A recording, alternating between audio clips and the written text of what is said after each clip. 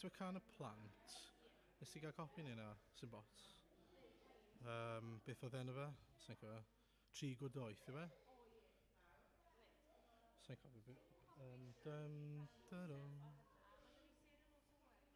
Na fe.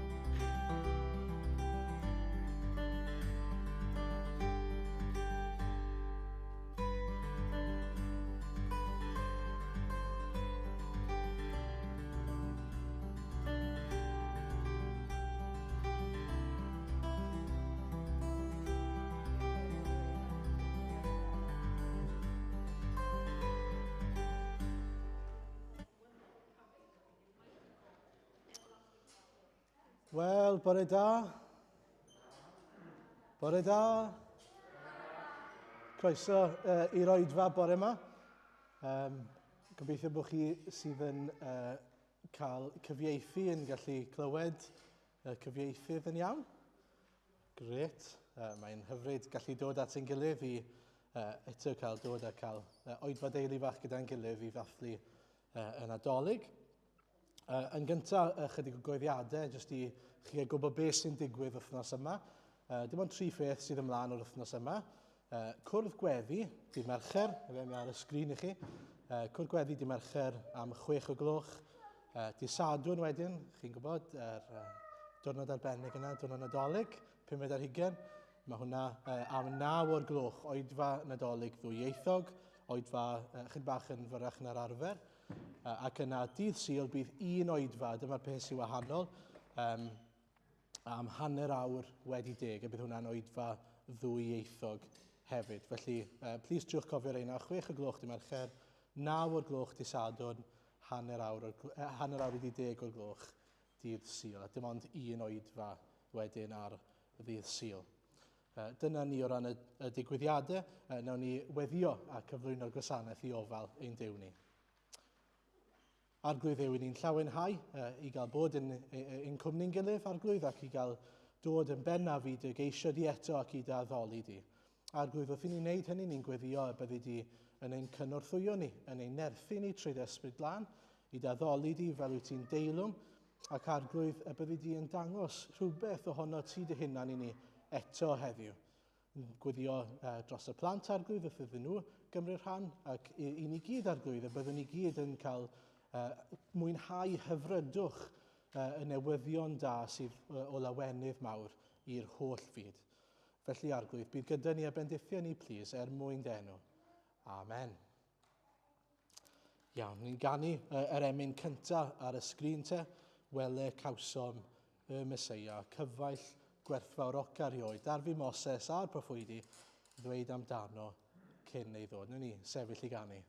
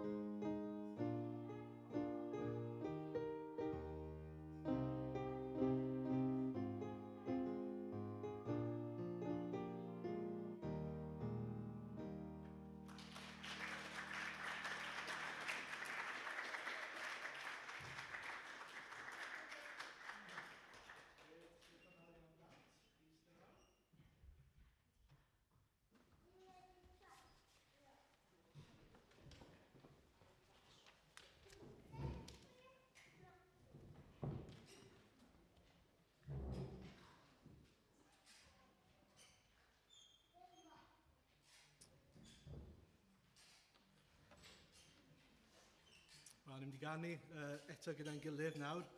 A ni wedi canu fe o'r blaen, ond ddim ers ryw 2 mlynedd nawr falle. Enw'r garol yw Noel, mae'n garol chydig bach yn fwy newydd, ond fi'n siŵr bod chi'n cofio fe. Felly newn ni sefyll i ganu gyda'n gilydd a gewch chi ganu ym mhwy bynnag iaith chi moyn.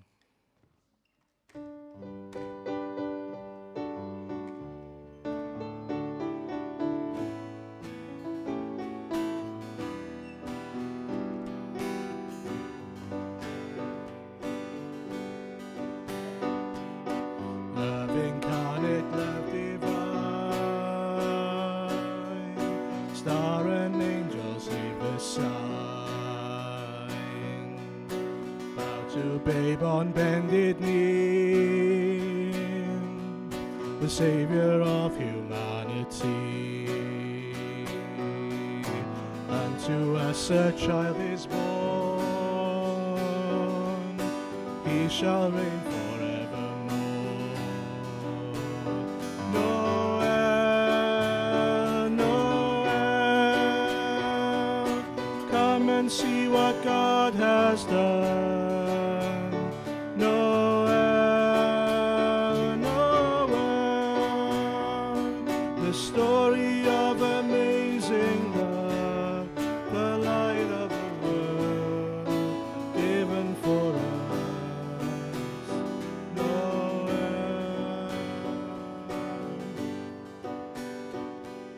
Son of God and Son of Man, there before the world began. Born to suffer, born to save, born to raise us from the grave. Christ the everlasting Lord, he shall reign forevermore. Noel, Noel, come and see what God has done. Noel, Noel, the story of amazing love, the light of the world given for us. Noel, Noel, Noel, come and see what God has done. Noel, Noel, the story of amazing love, the light of the world.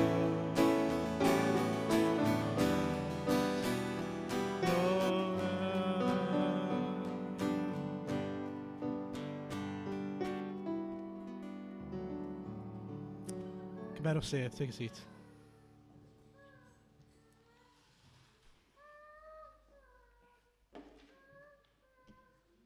Wel nawr mae'r plant mawr yn mynd i ddod lan i'n harwain ni.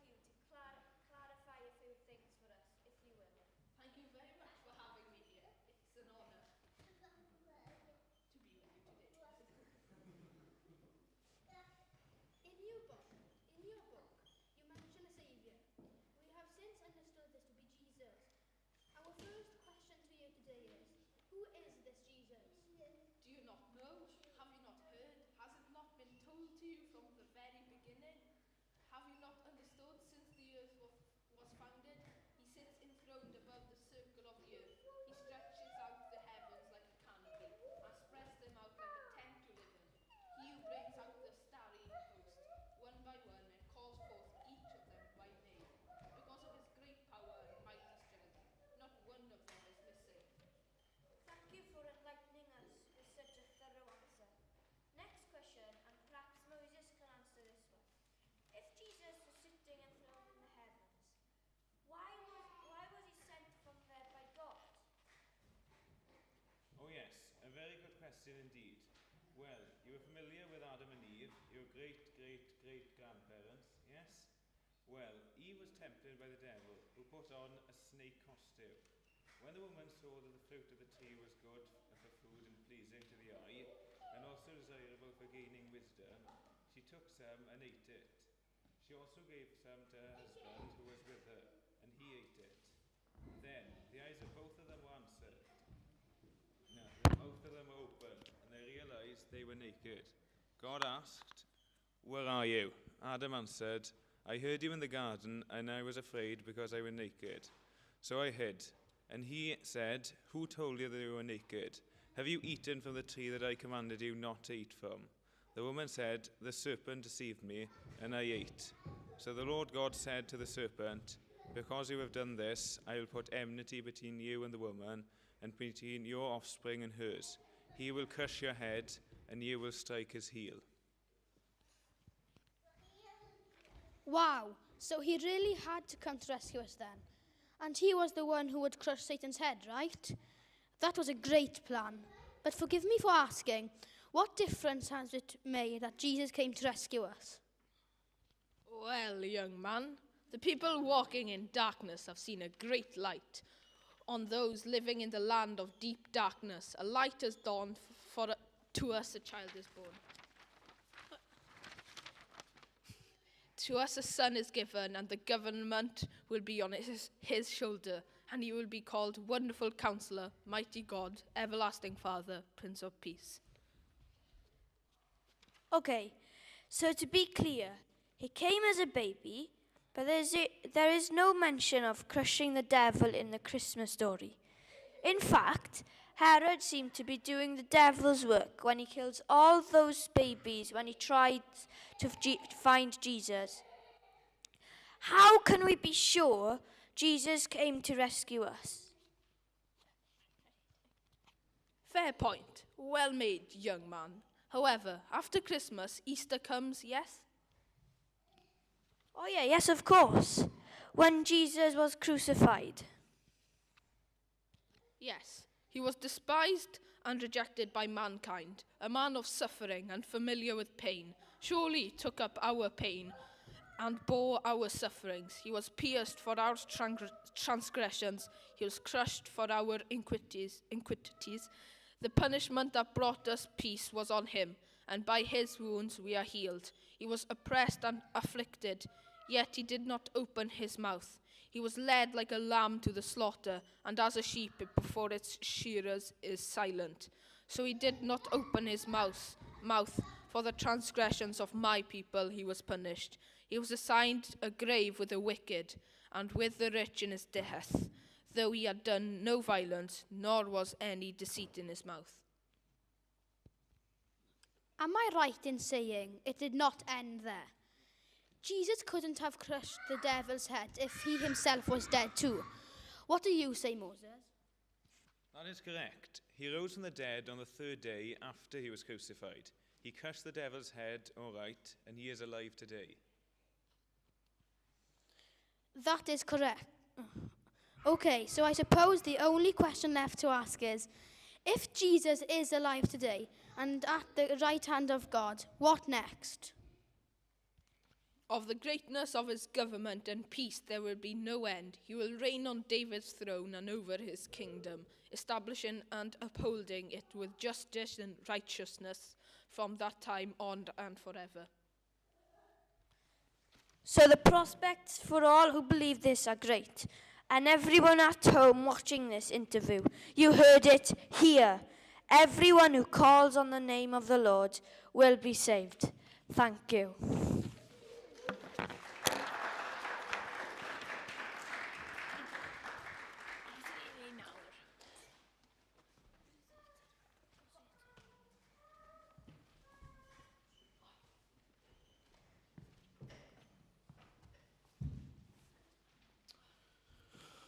Okay, thank you. Next, we're going to listen to a new sort of carol. Please look at the words, and if you know it, please sing along. And if you'd like to try and learn it, please sing along as well. It's an English one, and it'll be played now on the screen. But please do look at the words, because I think it's a wonderful hymn and carol. The prophets had glimpsed and the angels had watched with awe the unfolding plans of our faithful redeeming God. What they longed for we have seen, what was promised we believe, hope of the ages, Isaiah's great light. Abraham's offspring, blessing of Jacob, Judah's might, hope of the ages, David's true son, desire of nations, promised salvation, God with us. The vision once clouded has now to our hearts appeared. Once shrouded in mystery, redemption has been made clear. Our Messiah now has come, Word made flesh, the saving one, hope of the ages, Isaiah's great light. Abraham's offspring, blessing of Jacob, Judah's might, hope of the ages, David's true son, desire of nations, promised salvation, God with us. All hail the one now revealed to the world, in Bethlehem born to a young virgin girl, Lamb without blemish yet cruelly betrayed, who cried it is finished and rose from the grave, the Father's great gift and the proof of his love, hope of the ages, our God here with us. Hope of the ages, Isaiah's great light. Abraham's offspring, blessing of Jacob, Judah's might, hope of the ages, David's true son,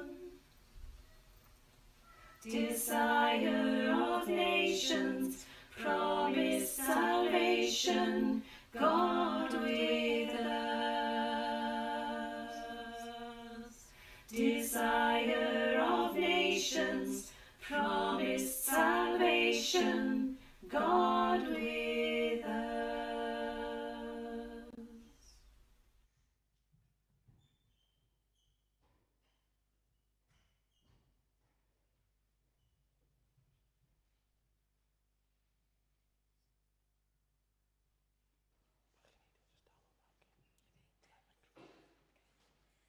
This is a song by Sovereign Grace Music called Glory in the Darkest Place. Out of the depths of silent night, Emmanuel, come hear our cry. Our grief is strong, our burdens great, the night is long and hope is faint. You come to set the captives free, a morning star of joy and peace. Why does this darkness feel so deep? Why can't our weary spirits see? Glory in the darkest place, glory let your mercy reign. Out of the depth of silent night, a Saviour born, a mother's sigh. The darkness trembled at this star, a beam of hope for troubled hearts. You came to make your blessing known and bear our curse of death alone. You came to share our suffering, so in our sorrow we could sing, glory, glory, glory, in the darkest place. Glory, glory, glory, let your mercy reign.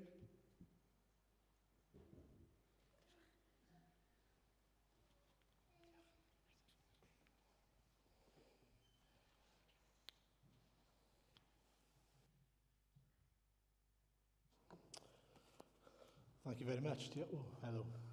Well, may need to go back down a bit. Diolch. Iawn, ni'n mynd i ganu gyda'n gilydd garol nesa ar y sgrin, gobeithio. Pan oedd bugeiliaid gyda'i praidd yn gorwedd ar y bryn, daeth angel Duw o'r tywyllwch chi fel golau disglair gwyn. Newn ni sefyll i ganu, let's stand to sing.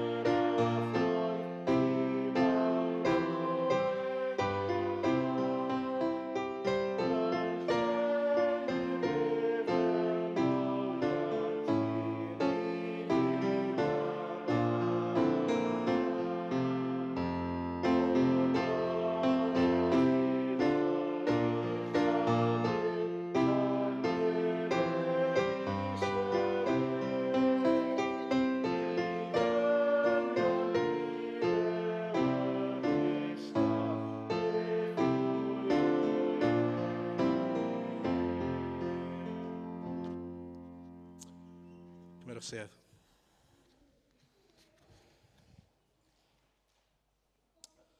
Wel, y peth cyntaf fi eisiau wneud yw diolch i'r plant am gymryd rhan a gwneud mor gret.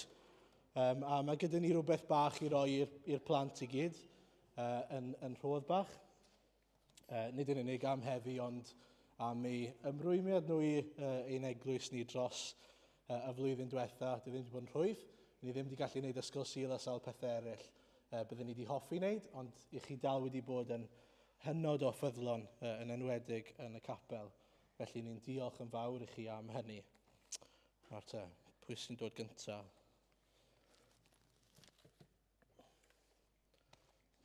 Mae Mabli eisiau dod. Arthur. Ydy Arthur yn gallu dod lan, please?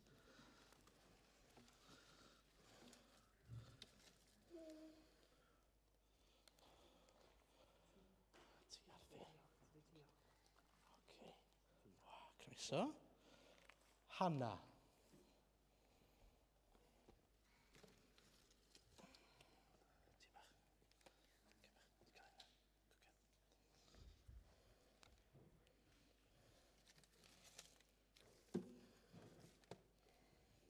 Miriam. Goti. Iawn.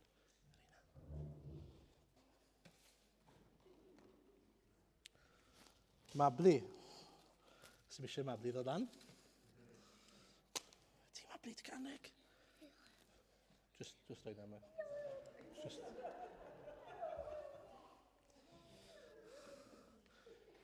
Her father's daughter, fe? Joseph.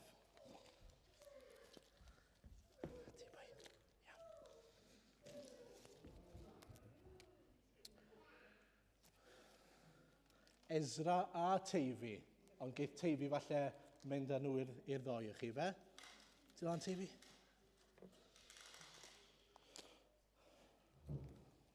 Ti'n gallu mynd popeth? Fydd eisiau dwy law. Ti'n gallu... Maen nhw'n glyfar. Maen nhw'n glyfar. Na ti, da ia, goblaen.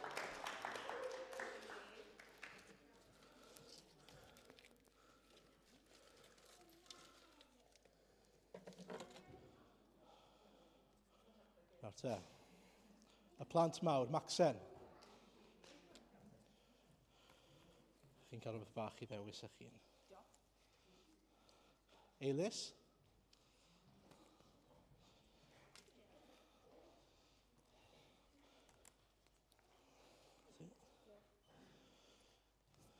Guillem?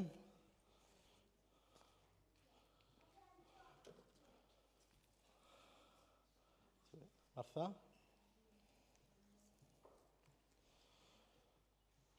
Dafydd?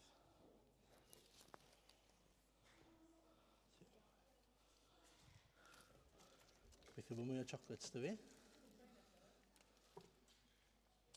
Here we go. Ioan? Iago?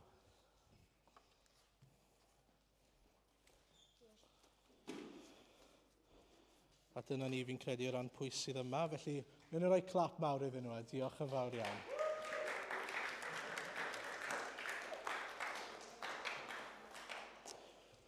Reit.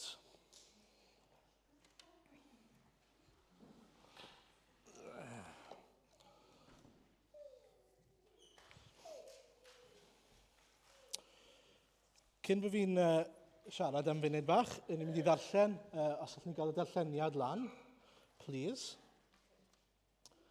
Mae'r darlleniad yn dod o Matthew 2, adnod 1 i 12, a byddai'n darllen fel ych chi'n gweld e nawr ar y sgrin.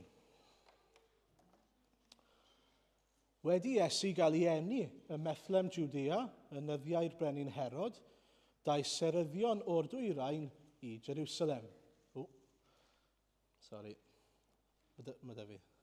A holi ble mae'r hwn a anwyd yn frenin yr Iddewon, oherwydd gwelsom ei seren ef ar ei chyfodiad a deithom ei weddoli. A phan glywodd y brenin Herod hyn, cythryddwyd ef oedd e'n grac, a Jerusalem i gyd gydag e. Galwodd ynghyd yr holl brif offeiriaid ac ysgrifenyddion y bobl, a holi ganddyn nhw. Ble oedd y Meseia i gael ei eni? Ei hateb oedd ym Methlehem, Judea, oherwydd felly yr ysgrifennwyd gan y proffwyd. A thithau Bethlehem yng ngwlad Juda, nid y lleiaf wyt ti o lawer ymysg tywysogion Juda, oherwydd ohono ti y daw allan arweinydda fydd yn fugail ar fy mhobol Israel. Arweinydd a fydd, yw hwnna i fod. Yna galwodd Herod y seryddion yn ddirgel ato, a holodd hwy'n fanwl pa bryd yr oedd y seren wedi ymddangos. Anfonodd hwy i Bethlehem gan ddweud, ewch a chwiliwch yn fanwl am y plentyn, a phan fyddwch wedi dod o hyd iddo, rhowch wybod i mi, mwyn i minnau hefyd fynd a'i addoli. Wedi gwrando ar y brenin eithant ar ei taith, a dyma'r seren y welsant ar ei chyfodiad yn mynd o'i blaen, hyd nes iddi ddod ac aros uwch lawr man, lle roedd y plentyn. A phan welsant y seren, yr oeddent yn llawen dros ben. Deithant i'r tŷ a gweld y plentyn gyda mair ei fam, serthiasant i lawr a'i addoli, ac wedi agor eu trysorau, offrymasant iddo anrhegion, aur, ffys a myr. Yna, ar ôl cael ei rhybuddio mewn breuddwyd i beidio a dychwelyd at Herod, eithant yn ôl i'w gwlad ar hyd ffordd arall. Nawr te, cwestiwn i chi blant. Gwni weld pwy mor dda i chi mewn quiz bach. Beth ydw i? Ges i fy nghreu yn 1861. Mae 150 miliwn ohonau yn cael ei gwerthu bob blwyddyn. Mae'n eitha lot. Dwi'n rhan o'r cinio Nadolig. Mae Iago'n meddwl bod ni'n gwybod? Cracker! Da iawn. Ardderchog. O'n i ddim yn disgwyl bydde rhywun yn cael yn y tro cyntaf, ond war y teg, y cracker yw e. Y cracker Nadolig. Sa'n gwybod os chi'n gwybod, ond bwriad gwreiddiol, beth ych chi'n fod wneud, oedd rhoi y cracker fel addurn, fel decoration ar y goeden, a wedyn ar ddiwrnod Nadolig, byddwch chi'n cymryd e off a rhoi wrth y bwrdd i gael mwynhau amser cinio, pan chi'n cael y ywledd Nadolig, fel fi'n siŵr chi gyd yn cael. Dyma'r dyn nath ddyfeisio fe, yn fe Tom Smith, jyst bach o trivia i chi nawr. Chi'n gweud pawb bod chi'n gwybod pwy sydd wedi creu y cracker. A fe oedd y dyn yn 1861 wedi creu y cracker. Nawr heddi, fi eisiau siarad am sut mae'r cracker yma yn ein helpu ni i gofio gwir ystyr y Nadolig. Mae'n syndod i feddwl bod cracker yn gallu helpu ni i wneud y fath beth, ond fi'n gobeithio wrth i ni edrych ar beth sydd o'n blaenau ni fan hyn, y peth syml iawn yma, a fi'n gobeithio byddwch chi'n gwneud un peth ar ddiwrnod Nadolig. Byddwch chi'n edrych ar y cracker ac yn meddwl am wir ystyr y Nadolig. Felly, beth yw'r peth cyntaf sy'n digwydd gyda'r cracker? Beth chi'n meddwl yw'r peth cyntaf sy'n digwydd? Beth yw'r... Mae'n torri... Ti'n meddwl, mae hwnna'n ddigon teg. Wrth i chi dorri fe, beth sy'n digwydd? Mae bang mawr. Mae bang mawr. Wrth i chi dynnu'r cracker, os mae'n cracker werth unrhyw beth, mae bang mawr yn dos e. Pwy sy'n eisiau tynnu'r cracker i fi? Iwan a Joseph. Dech lan. Gobeithio bod e'n un sy'n gyda bang fe, neu bydd bach o disappointment. Neu byddwch chi'n ei sŵn bang. Go on. Dyna pwy sy'n ennill. Wei, da iawn, good. Os allai cael y darn yna, Joseph, hwnna y darn pwysig. Diolch. Bang, y peth cyntaf chi'n sylwi yw fod bang am y cracker. Mae'n bach yn od bod chi'n cael bang, ond mae bang yn rhoi sioc i chi, neu yw e? Mae'n rhoi rhyw fath o, o'n i ddim yn disgwyl hwnna. Wel, mae hanes y geni, hanes y Nadolig yn sioc. Oedd e'n sioc ar y pryd, a mae e'n sioc i ni heddi. Mae'n sioc oherwydd pan ych chi'n wir yn meddwl am y peth, mae'r unig adeg lle ni'n clywed am rhywbeth mor anhygoel a hyn yn digwydd. Bod Duw ei hun wedi gwisgo'i hunan mewn corff. Bod Duw ei hun wedi bod yn fodlon dod yn rhan o'i greadigaeth ei hun. A felly, bob Nadolig i ni'n darllen yr adnodau yma, a gelwir ef Emmanuel, hynny o'i gyfieithu, Duw gyda ni. Bydd yr wyryf mair yn beichiogi ac yn esgor ar fab, yn cael mab. A mae hi'n geni Duw ei hun. A ni'n anghofio mor anhygoel yw hynny. I ni'n dod i arfer gyda hynny, oherwydd bod ni'n clywed Nadolig ar ôl Nadolig. Ond mae'n eitha rhyfeddol a mae'n eitha shocking. Pan ych chi'n meddwl am Mair, oedd Mair wedi cael sioc. Be? Dwi'n mynd i gael babi? Dwi ddim hyd yn oed wedi priodi eto. Dwi'n mynd i gael babi? A ti'n dweithio fi, Angel, sydd wedi ymddangos yn unman bod yr babi yma yn waredwr y byd ac yn ddew ei hun. A chi sioc? A wedyn Joseph yn cael ymweliad mewn breuddwyd. Na chi sioc arall. Nid Joseph ni, ond Joseph y Beibl. Dychmygwch gael breuddwyd blant a bod chi'n sylweddoli yn sydyn. Duw yn dweithio chi. Fi'n mynd i ddod a preswylio a byw yn eich plith chi. Fi'n siŵr byddwn ni gyd yn cael dipyn o sioc. A felly mae'n sioc oedd yn sioc ar y pryd, a mae e mewn gwirionedd yn sioc i ni, bod Duw wedi dewis dod yn rhan o'i greadigaeth. Mae Joseph a Hannah wrth i bodd gyda Lego gytre, yn creu pethau Lego, a mae Hannah mynd yn grac iawn pan mae Mabli'n dod ac yn torri popeth ar ôl oriau o waith. Felly chi ddechrau, mae'n drist. Nag yw e? Mae'n galed. Ond dychmygwch os byddech chi'n penderfynu dod yn un bloc bach Lego ac yn cyfyngu eich hunan yn mynd i mewn i'r un bloc bach yna. Ffili wneud y pethau chi fel arfer yn ei, ddim yn rheoli y blocs bellach, ond jyst yn dod yn rhan o'r blocs yna. Mae'n rhywbeth fel, ond ddim hanner gymaint a Duw yn rhoi heibio, yn rhoi lan beth oedd yn y nefoedd mwyn dod yn ddyn, dal yn ddiw ddyn, ond yn ddyn hefyd yn y byd. Mae hwnna'n dipyn o sioc. Iawn, yr ail beth te, mae wedi cael ei ddweud yn barod gan Iago. Hang on, pwy nath ddweud bang? Dabs. Mae gwobr os chi'n cael yr ateb yn iawn. Iago fi'n meddwl, mae wedi rôl yn ôl, mae'n hanna basrau ti. Iago fi'n meddwl nath ddweud torri, efe? Mae eisiau gweithio ar y catio yn y lle yma. Yr ail beth te yw torri. Beth sy'n bwysig am y cracer yw nid yn gymaint sut mae'n edrych cyn cael ei dorri, ond mae rhaid i chi dorri'r cracer mwyn cael beth sy'n tu fewn. Mae rhaid i chi dorri fe mwyn gallu cael y goodies tu fewn. Mae rhaid i chi gael y stwff rhywsut, a felly mae rhaid chi dorri fe mwyn cael y stwff. Nawr chi'n gofyn y cwestiwn, sut mae hynny'n ein atgoffa ni o'r Nadolig? Yw Maxen eisiau gweud rhywbeth? Mi fyddai mewn munud. Nawr te. Fel ni'n gweud, mae rhaid i chi dorri'r cracer mwyn gallu mwynhau a profi beth sydd tu fewn. A mae'r un peth yn wir gyda Iesu. Mewn ffordd eitha trist, really, ond mae hefyd yn llawen i ni. Chi'n gweld, oedd rhaid fod Iesu yn cael ei dorri mwyn i ni gael profi a mwynhau y bendithion, sef y pethau da mae Iesu eisiau rhoi i ni.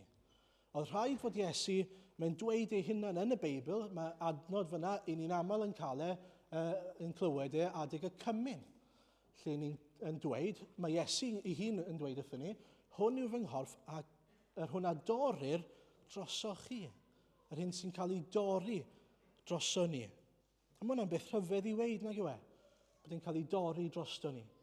Ond beth mae'n dangos i ni yw fod Iesu wedi rhoi ei hunan, wedi cael ei dorri, wedi marw yn aberth, bod ei gorffau fel petai wedi cael ei dorri, fel bod ni yn cael profi y pethau da sydd yn dod trwy hynny. Yr anrhegion sydd tu fewn. Y pethau hyfryd sydd tu fewn. Nawr te, Maxen, o ti'n gofyn, wyt ti'n mynd i ofyn i ni beth sydd tu fewn?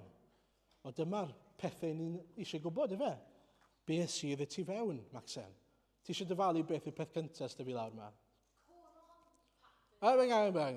Un peth, coron, dim coron yw'r peth cyntaf sydd fi lawr. Na, dim... S'n rhywun arall eisiau dyfalu? Tegan. Da iawn. Doi nawr. Tegan. Dyna'r peth cyntaf sydd fi lawr. Nawr, dyddi yma, maen nhw'n eco-conscious iawn mewn crackers, ac o'n i'n gwybod i ni ddim yn mynd i gael joc yn y cracker yma. Ni'n mynd i gael rhyw fath o grefft, ac o'n i'n iawn. A hwnna yw e.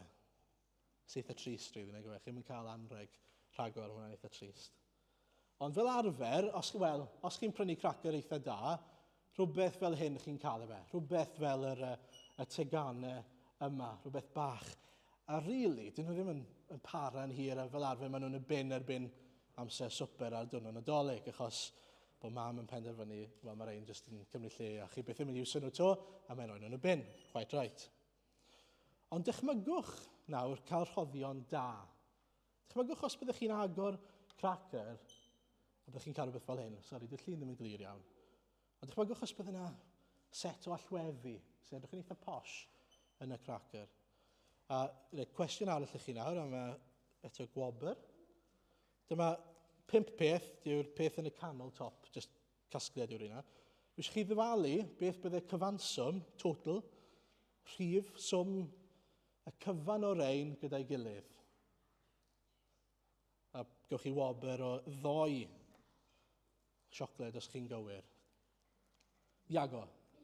Miliwn. Na. 1.5 miliwn. Na.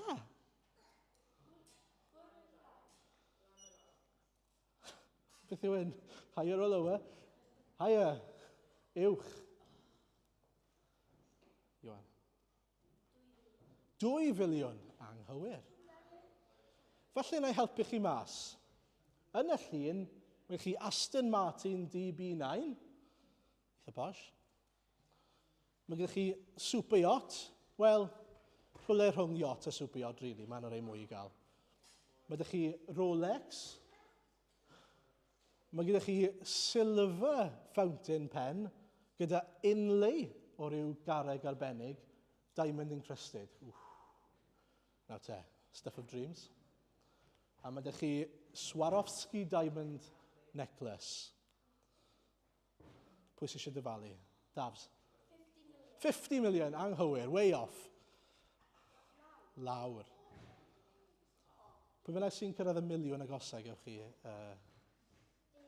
10 miliwn. Lawr. Joseph sy'n geso? Na? Maxen? 8 miliwn, na. Gall unrhyw un geso? 5 miliwn. O, ti'n agos nawr, Joseph. 4 miliwn, da iawn hana. Sydyn nhw? 4... Nes i ddim roi'r ateb iddi, right? Just no partiality. 4 miliwn, 18,600. Nawr, allai sain o lan i gael crackers fel yna. Chymygwch os byddwch chi'n agor ein lan. Na beth yw crackers gwerth chweil, efe. Ond chi'n gwybod, wrth ddod i'n abod Iesu, chi'n cael pethau hyd yn oed yn fwy gwerthfawr, a maen nhw mor werthfawr all arian ddim i prynu nhw. Allwch chi ddim fforddio nhw, achos dim digon arian yn y byd i allu talu am y pethau chi'n cael wrth ddod i'n abod Iesu Grist. Mae yna lythyr yn y Beibl, yn datguddiad 3, i eglwys o'r enw Laodicea, sy'n gallu cofio hwnna erbyn diwedd byddai'n impressed iawn. Laodicea, gwch chi coen arall os chi'n cofio hwnna. Laodicea. Okay? A nawr, mae Iesu yn ysgrifennu ati nhw ac yn dweud, dyma 3 peth i chi angen. 3 peth chi angen. Air, gwisg gwyn a eli llygad. Nawr, mae'n swnio fel pethau od iawn, nag yw e? Air, gwisg gwyn ac eli llygad. Mae'n rhyfedd iawn. Wel, oedd Laodicea yn le cyfoethog iawn. Ac o'n nhw'n gyfoethog oherwydd bod nhw'n gwerthu ac yn delio gyda pethau fel hyn. Air, dillad posh a eli llygad arbennig iawn, oedd yn ddrud iawn, mae'n debyg. A be oedd Iesu'n dweud oedd, nid y pethau yna chi angen, ond chi angen air, nid air go iawn, ond air ysbrydol. Air gall dim ond ddod drwy Iesu Grist, sef trysor mae Iesu'n ei roi i ni wrth ddod i'n abod Iesu. Pethau fel maddeiant, pethau fel llawenydd, pethau fel heddwch arbennig iawn sydd ddim ond yn dod drwy Iesu Grist. Ac yna oedd e'n dweud, a chi angen dillad gwyn. Ond oedd e ddim yn sôn am ddilledyn go iawn, oedd e'n sôn am cyfiawnder Iesu Grist. Nawr, mae cyfiawnder Iesu Grist yn swnio fel rhywbeth anodd iawn i ddeall. Ond beth mae'n golygu yw bod ni'n cael swap gyda Iesu. Mae Iesu wedi byw bywyd perffaith ar y ddeiar. Perffaith. A wedi marw fel petaiau yn bechadur, wedi gwneud pethau anghywir fel ni. A beth mae'n dweud yw, dewch ata i, a gewch chi newid lle gyda fi. Fel bod Duw yn edrych arnoch chi, a dyw e ddim yn gweld y pethau drwg i chi wedi wneud yn eich bywyd, ond mae'n gweld fy mywyd perffaith i, fy mywyd glân i, wrth iddo fe edrych arnoch chi. Mae'r pethau yna nawr wedi cael ei roi yn eich bank account chi fel petai, yn ysbrydol. Felly dyna'r ail beth. Nawr, y trydydd peth oedd beth? Na, fan hyn. Air, dillad gwyn a eli llygad. Nawr te, mae Iesu'n dweud bod angen eli llygad arno ni.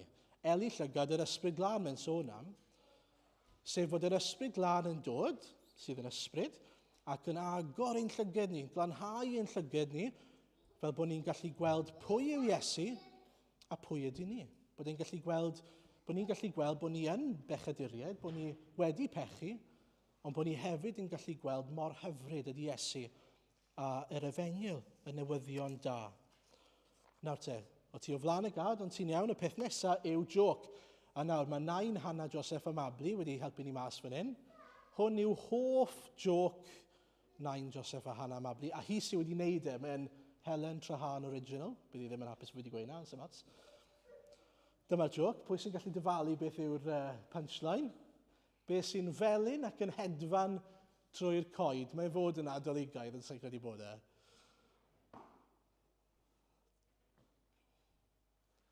Go on.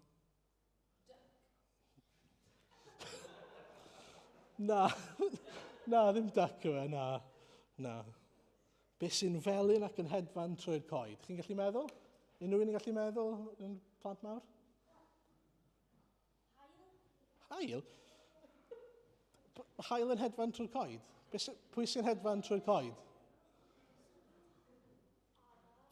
Na. Hedfan trwy'r coed.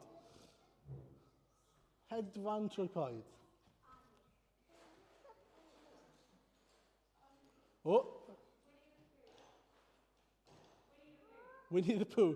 Na. Ond mae hwnna'n good guess, what a take. You're never going to get it, basically. Dyma'r ateb. Tazipan. Ofnadw, na gwe. Mae mor dda mewn wael. Mae mor wael mewn dda. Mae mor dda mewn wael, ie. Tazipan, wrth gwrs. Fel marzipan, Tarzan. Tazipan, da iawn. Nawr, pwrpas jokes yw beth?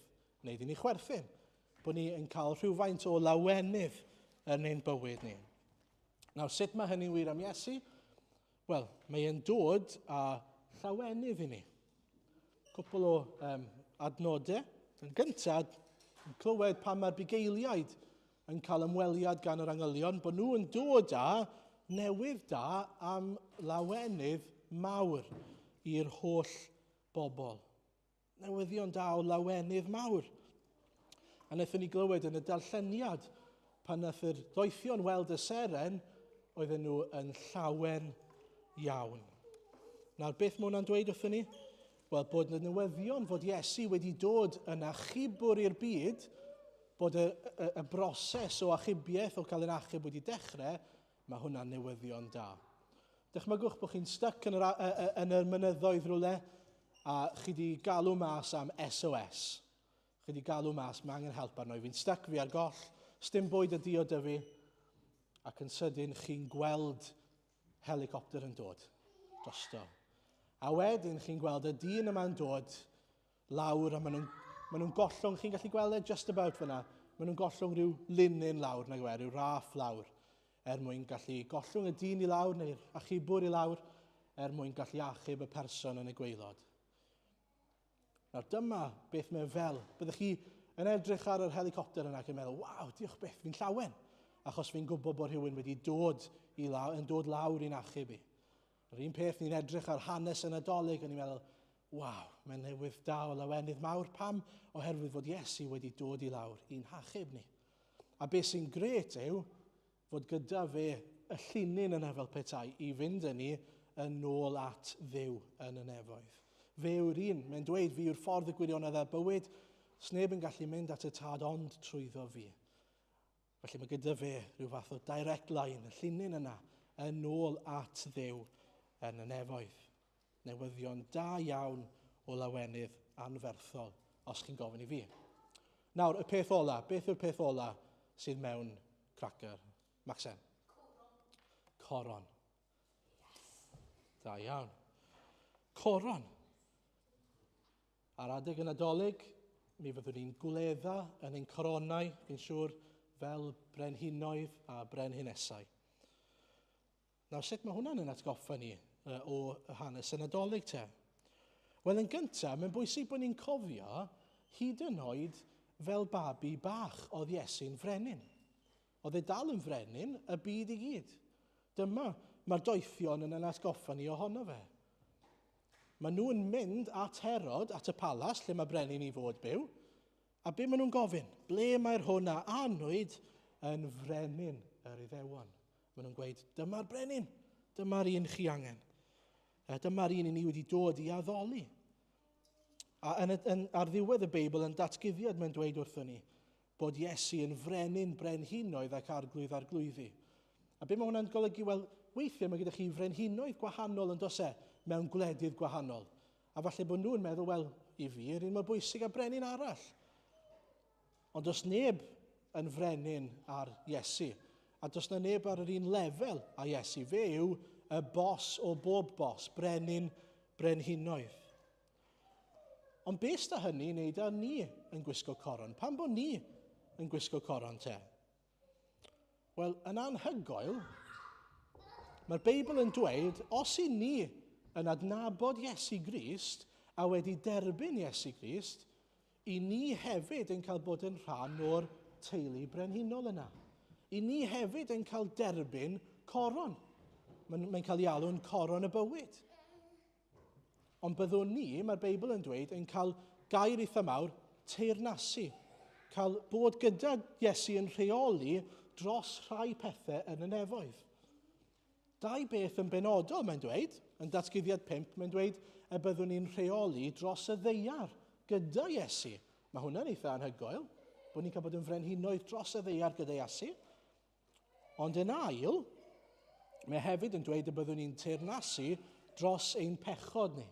A byddwn ni bellach nawr yn frenhinoedd ar ein hunain. O dan ddew, wrth gwrs, y prif frenin, y brenin brenhinoedd, ond y byddwn ni hefyd yn mewn rheolaeth. Chi'n gwybod nawr, mae'n anodd weithio nag yw e.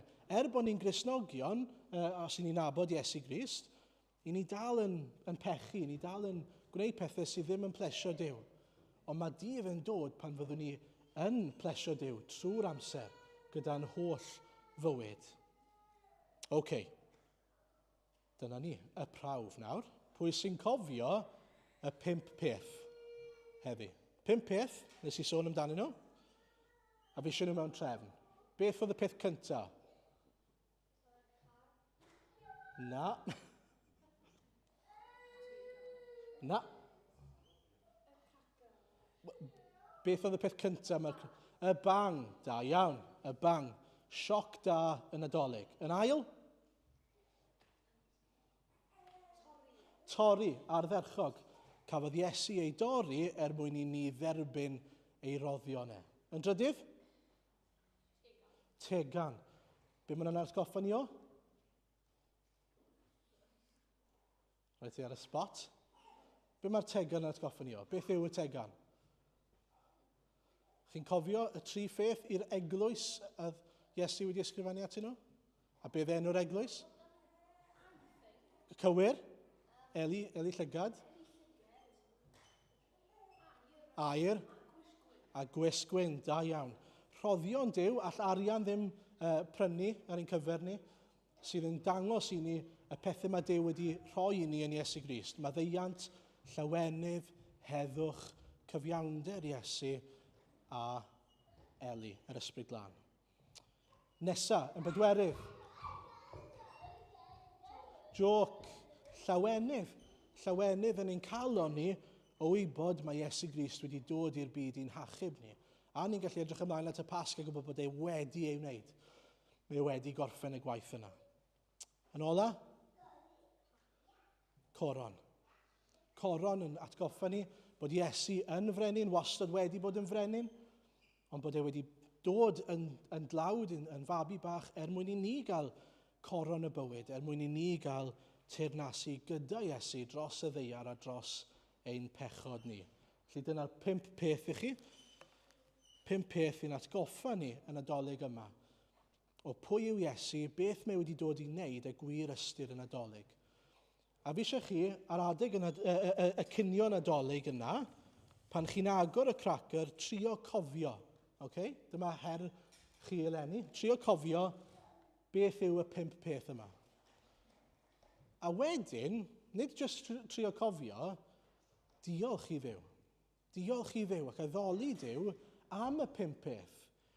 Diolch am sioc y Nadolig. Diolch bod Iesu wedi dod yn ddiw ddyn.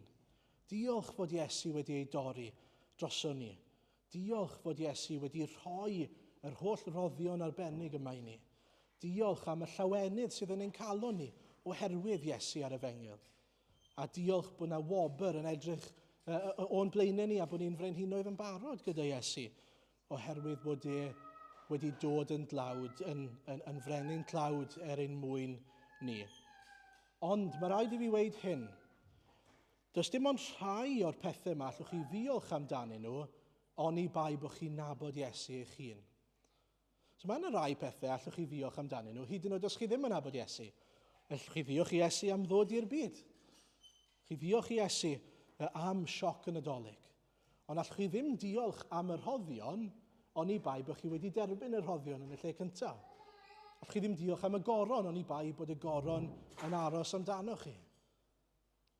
A felly fi eisiau chi wir ystyried pe'n eich chi'n blant hen, yn blant mawr, yn blant bach, ydych chi'n nabod Iesu Grist. Ydych chi wedi gofyn iddo fe fod yn frenin ac yn dduw ar eich bywydau chi. Ydych chi wedi sylweddoli bod e wedi dod i'ch achub chi o'ch pechod. Chi'n cofio'r darlun yna o cyfiawnder Iesu, bod e wedi dod i gael swap lle gyda ni. Dim ond i ni ofyn iddo fe i faddau ein pechodau. O, diolch yn fawr i chi am rando. I ni'n mynd i orffen trwy ganu gyda'n gilydd yr emyn ola. A mae'n gwahodd ni i ddod ac addoli Iesu Grist gyda'n gilydd. O deiwch ffyddloniaid oll dan o'r foleddi, o deiwch i Bethlehem Dref. Wele fe anwyd brenin yr angylion.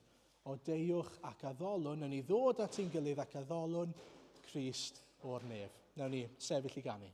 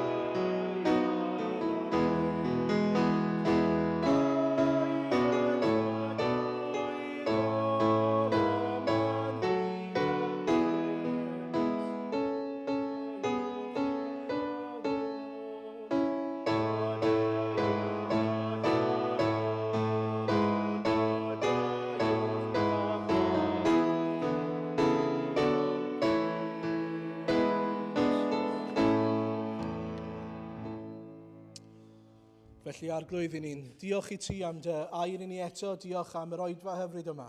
Bendithio ni dros y Nadolig wrth i ni barhau i daddoli di os gweli di'n dda. Ac arglwydd os gweli di'n dda, wneud i ein atgoffa ni o hyfrydwch a sioc a llawenydd da y Nadolig eleni eto. Bendithio ni nawr dros baned y cymdeithas gyda'n gilydd i ni'n gofyn, gogoniant a mawl i ti. Amen.